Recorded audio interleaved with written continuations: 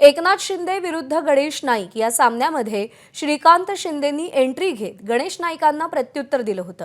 वयावरून टीका करणाऱ्या श्रीकांत शिंदेंना गणेश नाईकांनी थेट इशाराच दिलाय। माझ्या नादाला लागलात तर माझी खासदार करून टाकेन असं नाईकांनी सांगितलं आणि त्यावर आता खासदार श्रीकांत शिंदेंनी पलटवार केलाय। नाईकांनी ठाणे किंवा कल्याण लोकसभा मतदारसंघातून लढून दाखवावं असं आव्हान श्रीकांत शिंदेंनी दिलंय। त्यामुळे आता मंत्री गणेश नाईक विरुद्ध खासदार श्रीकांत शिंदे हा वाद आणखी वाढण्याची पेटण्याची शक्यता आहे।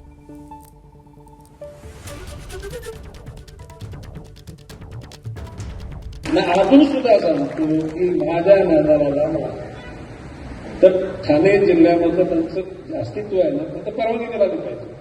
म्हणजे Ganesh Naik lead the Thane Palghar,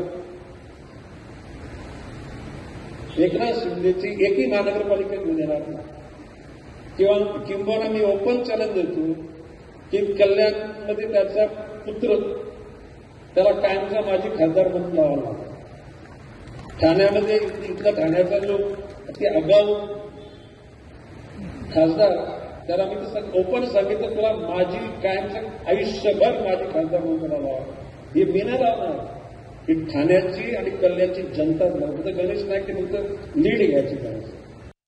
Ganesh नाईकांचा problem जो आहे, मी पहिला पण सांगितलं तुम्हाला की वयाच्या हिशोबाने काही आजार जे आहेत ते होत असतात। विसरभोळेपणा, चिडचिड होणं, त्याचबरोबर मागच्या गोष्टी आठवण न राहणं, त्याचबरोबर मला वाटतं दिशाभूल होणं, व्यक्तिमत्वामध्ये बदल होणं। मी हे सगळं का सांगू शकतो, कारण की मी डॉक्टर आहे।